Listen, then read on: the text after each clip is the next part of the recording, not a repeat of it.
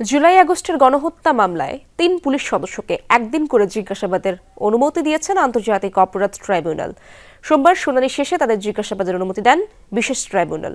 রামপুরা এলাকার নির্মাণাধীন ভবনের কার্নিশে ঝুলে থাকা একজনকে গুলির ঘটনায় অভিযুক্ত এসআই চঞ্চল কুমার সরকারকে ২৭ ফেব্রুয়ারি জিজ্ঞাসাবাদের অনুমতি দেওয়া হয়েছে। এছাড়া সাবেক পুলিশ কর্মকর্তা আশরাদ হোসেন ও কনস্টেবল ইমাজ হোসেনকেও একদিনের জিজ্ঞাসাবাদের অনুমতি দিয়ে কারাগারে পাঠানোর নির্দেশ দেওয়া হয়। এই মামলার তদন্ত প্রতিবেদন দাখিলের জন্য 22 এপ্রিল দিন ধার্য করেছেন ট্রাইব্যুনাল।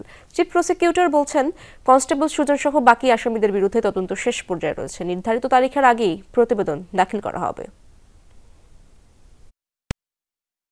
আশরাদ হোসেন অসম্ভব অ্যাগ্রেসিভ একজন অফিসার ছিল। এইখানে আন্দোলনে অংশগ্রহণকারী ছাত্র জনতার মুখ চেপে ধরার একটা ছবি আপনাদের কল্যাণে গোটা দুনিয়া দেখতে পেয়েছিল। কে তার পেছনে তাকে এই ধরনের অপরাধ করতে উদ্বুদ্ধ করেছে, নির্দেশ দিয়েছে, সেই সব ব্যাপারে জিজ্ঞাসাবাদের জন্য এই দুজনকে আমরা ইন্টারোগেশনের অনুমতি চেয়েছি। আদালত একদিন করে তাদেরকে জিজ্ঞাসাবাদ করার জন্য অনুমতি প্রদান করেছেন।